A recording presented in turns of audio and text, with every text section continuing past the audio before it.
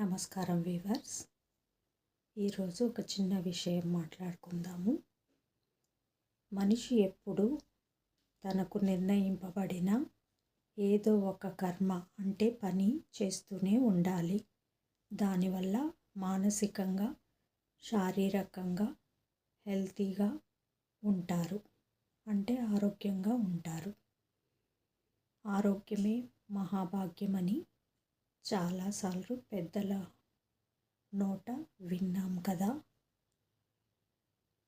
ఆరోగ్యం బాగుంటేనే ఈ ప్రపంచంలో దేనినైనా సాధించవచ్చు. కర్మ పని చేస్తూనే ఆరోగ్య నియమాలు పాటించాలి. ఆరోగ్య నియమాలు పాటిస్తూ మనకు విధింపబడిన కర్మలు చేసుకుంటూ వెళ్ళాలి. జీవితంలో ఎక్కడ కూడా స్ట్రక్ అవ్వద్దు, ఆగిపోవద్దు. నిరంతరం కృషి చేస్తూనే ఉండాలి. అప్పుడే అన్ని విధాల జీవితం బాగుంటుంది. జై సాయిరామ్.